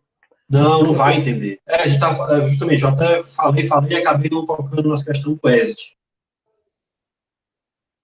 mais uma vez, a gente adapta, né? Tem que adaptar, porque a gente entende que as pessoas não vão entender. Ah, não vão entender e tal. Se a pessoa está ali, tem aquela disposição, e aí é um filtro. A gente tem que entender que o Espiritismo não é para todo mundo. E, infelizmente, assim, você não pode pegar o conteúdo do Espírito e achar que ele vai. Não vai, porque, mais uma vez, os bons espíritos, como Kardec disse, existe essa questão do desenvolvimento do senso moral, que é essa qualidade, né, que tem a ver com a condição do espírito. Então não é para todo mundo, não é por isso que os espíritos não saem, graças a Deus, os espíritos não saem batendo de porta em porta, porque não adianta. Então, muitas vezes a gente priva a pessoa de apresentar, que é a nossa obrigação, a gente coloca coisas de maneira superficial, mastigada, adaptada, à la carte, a gente pega a obra de Kardec, aquelas partes que a gente acha que a pessoa vai entender, ou que a gente acha importantes, e coloca ali no material, como este, e pronto, fica naquilo. Como eu falava, você pega qualquer formação de médicos, você pega uma apostila, não fala de evocação, não fala, simplesmente não fala. Ou seja, nós estamos adaptando a obra de Kardec ao nosso entendimento, às nossas conveniências, aquilo que a gente acha que é mais interessante. Nós estamos aleijando a obra original. Aí me diga se essa é uma postura coerente. Não é. Nós não estamos sendo intelectualmente honestos com Allan Kardec. Nós não estamos respeitando a sua obra. Em nome do que a gente acha que as pessoas vão entender, ou do que as pessoas vão fazer, a gente diz coisas, ou deixa de dizer coisas que Kardec dizia. Como, por exemplo, ensinar a evocação. Então, por exemplo, você pega o livro dos médicos, você pega capítulos como aqueles últimos, assuntos de estudo, perguntas que podem ser feitas aos espíritos. E isso você não vê em apostila de jeito nenhum. Você não vê, simplesmente não tem.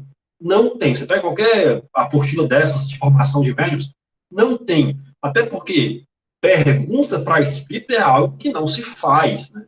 Então, aquele capítulo, assunto de estudo, perguntas que podem ser feitas aos espíritos, aquilo ali nem passa naquilo.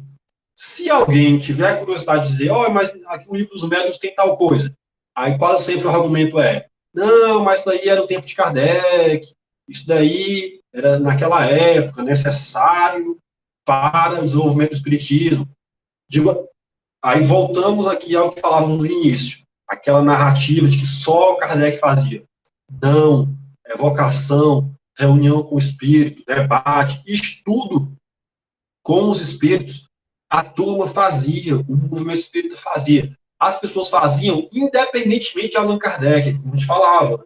Existia um caldo cultural, espiritualista, que já adotava isso como prática. Quando Kardec entra com o Livro dos Espíritos, ele dá passos à frente, de modo que a coisa é apresentada de maneira muito mais organizada, de forma muito mais didática, de maneira que estimulou ainda mais. Mas as pessoas não passaram a se comunicar com os espíritos, a perguntar aos espíritos, e estudar com os espíritos, por que Allan Kardec escreveu o livro. O Kardec apenas ele extravasou ainda mais uma cultura que já existia, disseminada. Então, nós não aprendemos com Kardec a perguntar aos espíritos, nós não aprendemos com Kardec a debater com os espíritos, ou seja, questioná-los. Isso é uma profanação absoluta, você questionar um espírito, Ave Maria, não faça isso. Você não pode fazer. Por quê? Por que não? E aí voltamos aqui àquela discussão da questão religiosa, da questão dessa formação que submissa, de que se você raciocinar um pouco além, você é tido como arrogante. Quem é você para questionar? Bom, quem sou eu? Eu estou vendo aqui na obra de Kardec o que ele ensinava, o que ele fazia e o que as pessoas faziam porque ele ensinava. Então, por que a gente não faz? Então, perguntar aos espíritos, questionar os espíritos, estudar com os espíritos, é algo que a gente deixou, a gente já não aprendeu a fazer com Kardec. E muitas das coisas que a gente vive hoje no movimento espírita brasileiro passa exatamente por causa dessa formação pobre, né? Uma formação que baseia-se numa estrutura religiosa e perdeu essa qualidade, que é uma qualidade que a gente encontra na obra de Kardec. Então, a gente, quando pega um material desse de apostila, é uma coisa totalmente adaptada. Por quê? Porque ali existe um filtro. Existe um filtro daqueles que elaboraram o material em relação ao que eles entendem que é importante da obra de Kardec. Então, você pega um material desse, eles fazem referência, mas pode analisar. Veja se tem algo sobre evocação. Não tem. Veja se tem algo sobre perguntas aos espíritos. Não tem. Porque é tudo adequado de acordo com o entendimento daqueles que formulam o material. Se o material servisse como apenas um pontapé para que as pessoas pudessem se aprofundar, tudo bem, mas a gente sabe que as pessoas ficam só naquilo. Vão aprendendo porque eu cheguei já fazia assim, vão fazendo porque eu ouvi assim, e fulano fazia assim, eu cheguei também, continuo fazendo igual, e a gente continua alimentando essa estrutura religiosa, sempre na superfície da coisa, sempre ali, baseando-se nessas práticas que foram sendo adotadas, muitas vezes sem razão, sem porquê, que as pessoas vão simplesmente repetindo, repetindo, repetindo. Quando, de repente, a gente confronta essas práticas com o que a Allan Kardec ensinava, as pessoas se chocam, até se melindram, você é arrogante, quem é você? Bom, é uma questão de nós termos um mínimo de coerência e respeito com essa obra que nós julgamos ser a obra fundamental do Espiritismo. E aí, Eric, é uma questão de honestidade mesmo intelectual. De dizer, olha, essa prática, Allan Kardec não orienta. Ah, mas eu quero fazer. Tudo bem. Só não diga que é a prática espírita. Porque senão a gente vai ter que entrar aqui em outra discussão, que é um espiritismo para cada cabeça. Né? Um termo que foi criado por Kardec para designar a doutrina que ele estava justamente pesquisando e estruturando. Aí a gente hoje tem esse nome chamado kardecismo. Muitas vezes a gente tem que se valer desse termo para poder fazer referência ao espiritismo como Allan Kardec pensou. Parece que o nome espiritismo está virando um rótulo para designar práticas espiritualistas como um todo. E aí existem derivações, a depender do pensador, a depender do espírita. Então existem práticas espíritas, que são muitas vezes só apenas espiritualistas, que vão de acordo com o entendimento de fulano, beltrano, cicrano. E existe a obra de Kardec, que nós deveríamos referenciar apenas como espiritismo, e muitas vezes temos que dizer que é o kardecismo para poder distinguir dessa salada de fruto, desse balaio de gato que é feito muitas vezes em cima dos diversos entendimentos que as pessoas têm da prática espírita.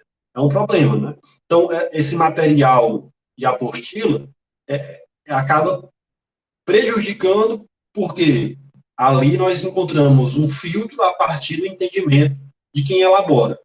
A partir do momento que aquele que elabora tem um entendimento formado, que muitas vezes não é familiar com a obra de Kardec, aquele material pronto, ele exclui muitas coisas importantes que deveriam fazer parte da formação do espírito aqui no Brasil.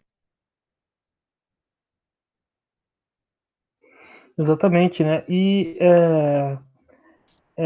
eu acho que para acabar com essa romantização, passa realmente por incentivar o estudo, sempre incentivar o estudo da obra de Kardec, e começando, eu acho que o que facilita muito é começar pelo que é o Espiritismo, né? Como o próprio Kardec recomenda lá no livro dos Médiuns, ele coloca uma ordem, né, e diz: é melhor para os iniciantes começarem lá pelo o que é o Espiritismo, né?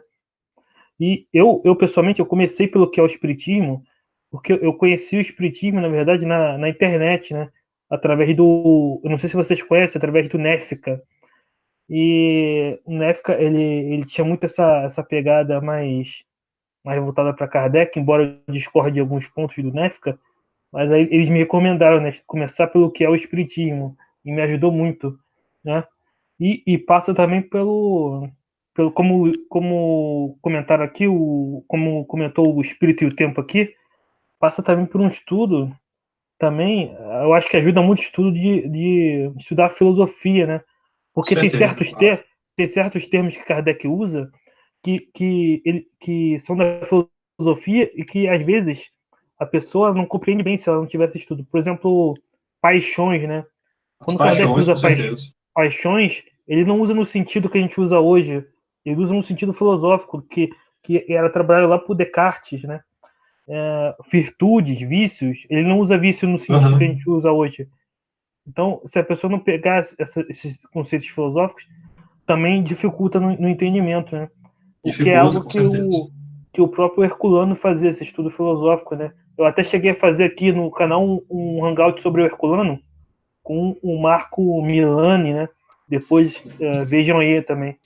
E o canal Espírito Tempo fez outro comentário aqui, engraçado, e a doutrina nasceu praticamente por meio de perguntas, que coisa. É, exatamente, né? E hoje a gente não pode nem fazer perguntas aos espíritos, né? Porque se criou essa noção do desobsessão, né? A reunião que se faz hoje é para desobsessão. Ou seja, o propósito não é de estudo, não é de perguntas, é um propósito só de aliviar os espíritos sofredores, que é importante, mas se esquece a questão da pergunta, do estudo, do questionamento, né? E ele comentou também: isso mostra como estamos distantes do espírito investigativo que impulsionou Kardec. Exatamente. Né? E para terminar, indo para o final, tem aqui um trecho do Evangelho com o Espiritismo que eu queria ler, né? No capítulo C de Perfeitos, os Bons Espíritas, no item 4, que Kardec diz o seguinte: bem compreendido, mas sobretudo bem sentido, o Espiritismo leva aos resultados acima expostos, que caracterizam o verdadeiro espírita, como o verdadeiro cristão, pois que um o mesmo é que o outro. O Espiritismo não institui nenhuma nova moral, apenas facilita aos homens a inteligência e a prática da do Cristo, facultando fé inabalável e esclarecida aos que duvidam ou vacilam. Né? Esse trecho eu achei interessante colocar aqui, porque Kardec diz, né? O espiritismo bem compreendido, mas sobretudo bem sentido, né? Essa questão do afeto, Kardec via também a importância do afeto. Isso desmonta bastante essa visão que o movimento espírita tem de Kardec, como você falou, essa visão romantizada de Kardec apenas do lado racional. Kardec também tinha do lado moral e do afeto, né? Então, indo para o final, eu queria saber suas considerações finais sobre esse tema. Né? Essa referência que tu deu, né, que está no Evangelho segundo o Espiritismo, eu até vou depois fazer uma sequência de vídeos falando sobre os tipos de espírito. A gente vai encontrar lá no Método, no Livro dos Médiuns, Kardec fala lá. Ele fala também num outro texto, que é de 61, Organização do Espiritismo, dezembro de 61. Ele, mais uma vez aqui, ele faz referência aos tipos de espírito. Aí ele faz aquela distinção. Os espíritos experimentadores, os espíritas imperfeitos, os verdadeiros espíritas, e aí ele entra até na questão dos espíritas exaltados. Essa referência que tu dá, ela é importante porque esses tipos de espírito, essa classificação que o Kardec faz, baseia-se exatamente na definição que ele dá do que é o espiritismo, que se encontra lá no que é o espiritismo no preâmbulo. O espiritismo é, ao mesmo tempo, uma ciência de observação e uma doutrina filosófica. Aí vai dizer, como ciência prática, ele consiste nas relações que estabelece entre nós, os espíritos. Então, todos os estudos que baseiam-se nessas relações entre nós, os espíritos, é o que caracteriza a ciência espírita como uma ciência prática. Como filosofia, compreende todas as consequências morais que decorrem dessas mesmas relações. Então, porque nós não temos relações com os espíritos e entendemos essas relações nos levam a reflexões, a entendimentos, a uma compreensão maior de quem nós somos, do porquê aqui estamos, de onde viemos, para onde vamos. Ou seja, toda uma nova visão que, quando chega o momento de nós vivermos a vida, com base nessas reflexões que nós somos levados a desenvolver, por conta dessas relações que nós estabelecemos com os espíritos, na hora de viver a vida e na hora de escolher como nos relacionarmos, como nos comportarmos, qual a melhor atitude a tomar, qual o melhor comportamento que eu devo ter, a gente vai levar em conta essas reflexões. Ou seja, esse conhecimento adquirido a partir desse contato com os espíritos, do estudo dessas relações entre nós e os espíritos, nos dá um conteúdo intelectual tal que na hora de viver a vida nós somos levados a uma mudança, porque afinal de contas, na hora de tomar uma decisão, na hora de assumir o comportamento, nós não vamos mais agir como nós agíamos antes de saber o que nós sabemos. É isso que caracteriza o verdadeiro espírito. Por isso que no texto que tu colocou, ele fala bem compreendido, ou seja, as consequências filosóficas, mas, sobretudo, bem sentido. O Espiritismo leva aos resultados, que são os resultados que ele vai dizer que é um homem de bem. Caracteriza o verdadeiro espírito como sendo o verdadeiro cristão. Pois que é a mesma coisa. Tá? Não institui uma nova moral, apenas facilita ao homem a inteligência, a prática do Cristo. Justamente. Bem compreendido, sobretudo, bem sentido. E é isso que caracteriza o verdadeiro espírito. E lá nos tipos de espírito, que Kardec vai fazer a classificação, ele vai dizer, quem são os espíritos imperfeitos? São os que, apesar de entrar em contato com os espíritos e de entenderem essas relações entre nós e os espíritos, eles até admiram a filosofia, eles até compreendem a beleza da coisa, mas na hora de viver são incapazes. Então, é uma coisa que fica apenas no plano intelectual, mas na hora de pôr em prática, na hora de fazer com que aquele conhecimento seja traduzido em atitudes diferentes, é isso que vai distinguir o espírito imperfeito do verdadeiro espírito. Então, essa definição que tu dá, ela nos leva exatamente, e aí aqui eu faço até referência a um filósofo que a gente tem acesso hoje em dia, né, que é o Luc Ferry, que ele vai dizer que uma definição de filosofia bacana é pensar a vida e viver o pensamento. Ora, se a gente for raciocinar essas definições do que é o espiritismo e essas classificações de Kardec a respeito do que é o ser espírita, a gente vai encontrar uma coincidência muito bacana aí, porque é pensar a vida e viver de acordo com aquilo. Então, essa ignorância que existe de dizer que a filosofia é apenas se trancar no escritório e ficar pensando, é uma coisa meio, pelo menos na visão do Luc Ferry, ele não concorda muito. Ele entende a filosofia como algo que se vive. Né? Não é uma coisa meramente intelectual, de você ficar especulando, sem traduzir isso em vida. O Luc Ferry vai dizer que é importante viver aquilo que você pensa. E a proposta espírita, ela é eminentemente prática, não só do ponto de vista dos fenômenos, que são a base para essas reflexões, mas também do ponto de vista da vida, das escolhas que a gente faz, da postura que a gente assume. Então, quando a gente valoriza a obra de Allan Kardec, é porque, a partir dessas reflexões, nós vamos desenvolver um conteúdo intelectual tal, suficiente para que, na hora de viver a vida, a gente saiba viver da melhor maneira, da maneira mais feliz, a partir das decisões que a gente toma, a partir das escolhas que a gente faz. Difíceis, porque a vida é complicada. E o problema da autoajuda é esse. É criar ali uma fórmula, um esquema que parece ser aplicável a todo mundo. Não é assim. Existem particularidades. As vidas das pessoas, cada um é que sabe o que vive. Então, quando a gente se aprofunda nessas reflexões, nós adquirimos uma bagagem tal que nos permite, na hora de viver a vida, viver da melhor maneira. É essa a proposta espírita. O resgate de Kardec, eu fico preocupado, sabe, Eric, quando a gente fala assim, e as pessoas entendem que resgatar Kardec é ficar apenas nesse plano das ideias, ainda nessa imagem do filósofo como alguém que está ali com o seu monóculo, especulando e não chega a lugar nenhum. Não. A proposta é fazer do Espiritismo, de fato, uma doutrina consoladora, porque é transformadora. É fazer com que o Espiritismo ele realmente nos modifique a partir de tudo que ele pode produzir nas nossas vidas. Do ponto de vista ético, do ponto de vista moral, do ponto de vista da convivência com os espíritos como um todo. É esse conjunto que é importante, porque dentro desse conjunto é que a gente vai adquirir aí, digamos, mais recursos para, na hora de viver a vida, saber viver. Quando a gente tira ou adapta o espiritismo, a gente tira o espiritismo a força que ele tem, que é justamente a sua clareza, a sua simplicidade, que dentre outras coisas, passa exatamente pelo contato que a gente tem pelos espíritos, com os espíritos, a convivência com os espíritos, a importância dos bons espíritos em nossas vidas, como os bons espíritos nos estimulam, nos amparam, nos ajudam.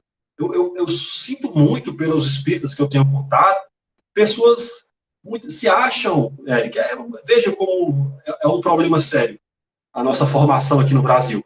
As pessoas se acham abandonadas, se acham envolvidas por maus espíritos. Quando a pessoa pensa no mundo dos espíritos, ela só pensa em desgraça, ela só pensa em obsessão, ela só pensa em trabalho, ela só pensa em custo. É muito difícil a pessoa imaginar que ela é amparada pelos bons espíritos, que ela tem um anjo da guarda que vela por ela, e que ela tem familiares que se preocupam, amigos que querem bem. Essa dimensão de que o mundo dos espíritos também é um mundo que nos ampara, que nos apoia, que quer o nosso bem, é algo muito difícil, porque as pessoas elas são criadas essa formação da perseguição, do umbral, dos obsessores, desse maniqueísmo, dessa guerra, tá? Bem contra o mal, e quem é espírita é perseguido, e você vai para o centro espírita, é muita responsabilidade, essa ideia da cobrança, porque senão o que eu fiz no passado. Então cria-se toda essa estrutura que muitas vezes faz com que a pessoa deixe de gozar benefícios práticos do espiritismo, de conviver e de aproveitar mesmo dessa convivência com os bons espíritos, de se relacionar com eles, dos seus amigos, dos seus familiares, de maneira que a gente possa encontrar nos bons espíritos esse apoio e esse amparo para que na hora de viver a vida a gente saiba viver melhor, pondo em prática tudo isso que a gente pensa, tudo isso que a gente aprende no espiritismo. Essa sua referência ela é importante justamente porque resgata essa essência. O que nós não podemos fazer é adequar o espiritismo, aleijá-lo e separar como o espiritismo científico. Não, é o espiritismo científico. Não, o espiritismo moral. Essa separação não existe na obra de Kardec, porque uma coisa leva a outra.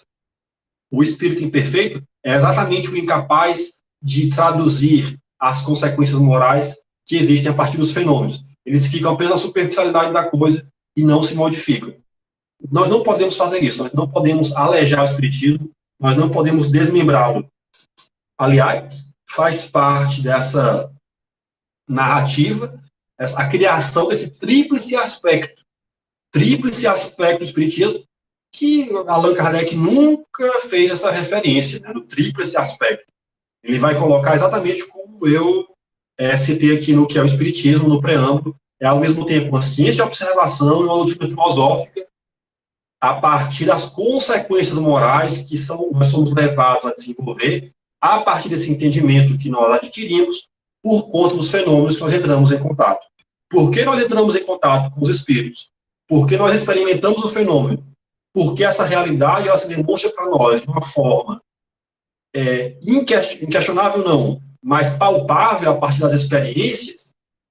E isso deveria provocar em nós reflexões tais que, na hora de viver a vida, a gente vive a vida melhor, passando a agir conforme essas coisas que a gente aprendeu, essas coisas que a gente observa. Vou dar um exemplo bem simples. Você entra em contato com o espírito de alguém que, sei lá, hoje se arrepende muito de, durante a vida, não ter perdoado.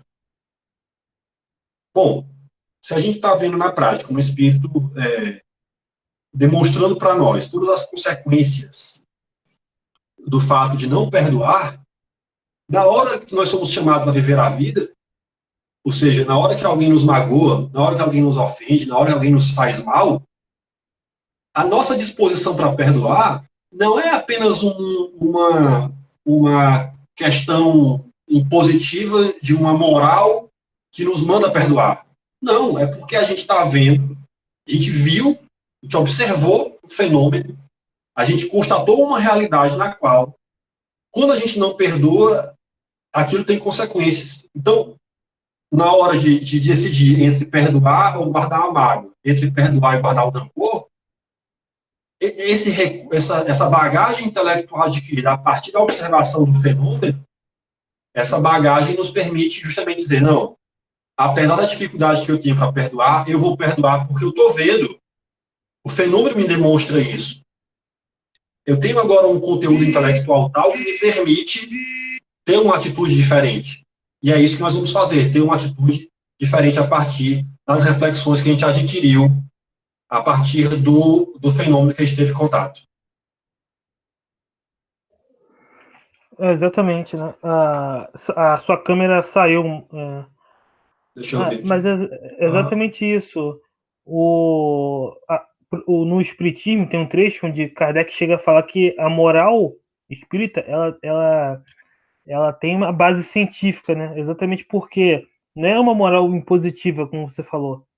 É uma moral que ela é constatada pelos próprios fatos, né? Os espíritos vêm e nos relatam as consequências, né? Os próprios espíritos, né? Então é o que Kardec diz lá no que é o espiritismo, né? É uma ciência, é, é uma ciência e uma filosofia de consequências morais, né? As consequências morais Exato. elas decorrem da ciência, né? É uma moral que decorre de um processo experimental, né? Você tem contato Claro. com os próprios Não, não é um assim, não é um espíritos simples que relatam. mandamento. Não é E, um simples mandamento. Ah, perdoar por perdoar, obrigação. Não é um simples mandamento moral positivo. Torna-se para nós uma necessidade baseada numa realidade constatada. Então a gente passa a refletir mais sobre a necessidade do perdão, porque as experiências nos mostram que o perdão ele é muito mais interessante do que o não perdão. É essa reflexão moral que decorre das experiências. Então, o espírito imperfeito, ele até admira, digamos, ele até enxerga a necessidade do perdão, pegando esse exemplo que eu dei. Mas na hora de viver a vida conforme esse entendimento filosófico, ele não consegue. A sua moral não vai além dos seus comportamentos já enraizados, etc. Ele fica apenas na admiração, ele fica apenas ali na observação da coisa, não consegue traduzir aquilo numa vida diferente, não consegue aplicar aquilo com uma atitude transformadora de si mesmo. O bom espírita, e é a referência que você dá, o espiritismo bem compreendido, mas sobretudo bem sentido, leva aos resultados acima expostos. Por que que leva? Porque o indivíduo é levado a refletir. E nesse mesmo texto que você coloca, o Kardec vai dizer aquilo que todo mundo sabe, né? O verdadeiro espírito é o que se esforça pela sua transformação moral. Exatamente, porque a partir do conhecimento que ele adquire, ele gradativamente ele vai se esforçar para modificar-se, porque ele vai ver que ele tem atitudes, comportamentos seus que não são mais compatíveis com essa realidade que ele está estudando. Então, ele é levado naturalmente a essa mudança. exato, né? Como você falou, a Kardec no livro dos médiuns, como você citou, ele faz aquela classificação dos espíritas, né? Tem uns espíritas que só veem um lado experimental, né? Outros que veem um lado experimental e a parte moral, mas não aplicam, né? E teriam o que ele chama lá de verdadeiros espíritas ou espíritas cristãos, né? Ele usa essa expressão que seria que aplicariam a moral na sua vida, né? Além dos exaltados, né? Mas exatamente, esse estudo é bem importante, né? E você falou que vai fazer uma série de vídeos sobre isso. Eu Eu vou vou, tentar eu fazer, eu vou. não sei se eu faço um vídeo só explicando tudo ou se eu faço vários vídeos explicando cada um. É uma coisa que eu tenho que ver depois.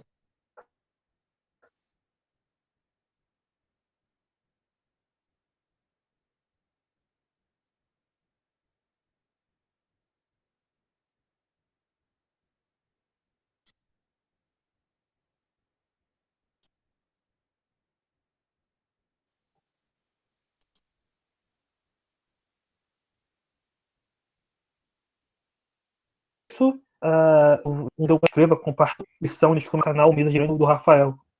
Então é isso, nos vemos no próximo Hangout. E é isso. Até a próxima, até os próximos vídeos. Abraços. Vou encerrar aqui.